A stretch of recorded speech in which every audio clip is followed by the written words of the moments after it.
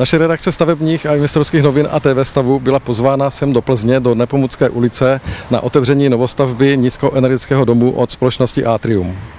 Pojďme se společně podívat na toto otevření. Vážené dámy a pánové, vítám vás na slavnostním otevření vzorového domu firmy Atrium s názvem Jubileum. Našim divákům TV stavu představujeme pana inženýra Oldřicha Šepka, jednatele společnosti Atrium. Dobrý den. Dobrý den. Kde všude máte vzorové domy po České republice, kde je mohou zájemci vidět? Tak já začnu od toho nejstaršího. Dům stojí v Oražovicích a byl postavený v roce 1995. Potom jsme v roce 2000 instalovali vzorový dům na výstavišti v Brně. O 3 roky později jsme postavili vzorový dům v Průhonicích u Prahy a nyní jsme před nově otevřeným vzorovým domě v Plzni. Tento poslední vzorový dům v Plzni jsme si darovali k 20. výročí od založení firmy. Tato firma byla založena v roce 1993 a musím říci, že v současné době patříme k firmám, které určují stavební trend dřevostaveb v České republice. Tak našim divákům TV stavu představujeme paní architektku Simonu Brezovanovou, která vlastně projektovala tento krásný dům. Dobrý den. Dobrý den.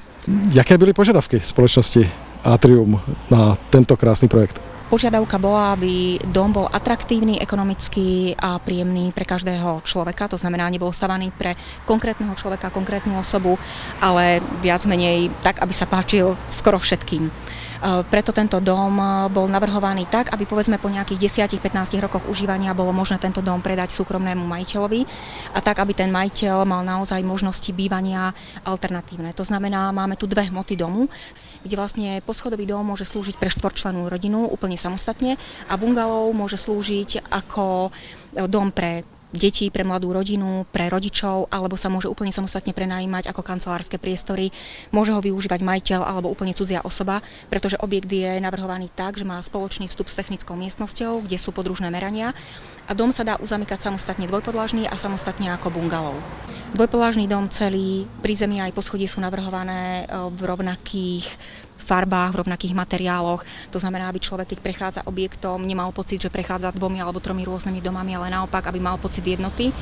A bungalov je navrhovaný trošku iným štýlom, pretože nie každý možno má rád prírodné farby a materiály, ale trošku viacej farieb.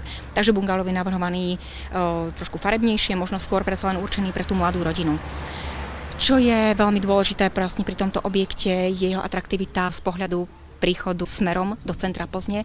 To znamená, dom musel byť otvorený hlavne z komunikácie.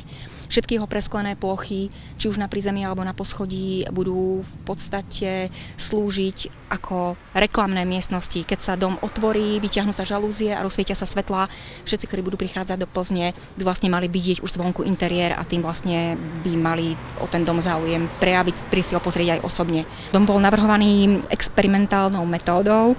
Dookola sú vlastne baviliaté základové pásy, na ktorých je postavená základová konštrukcia z dielne firmy Atrium, to znamená drevená konštrukcia.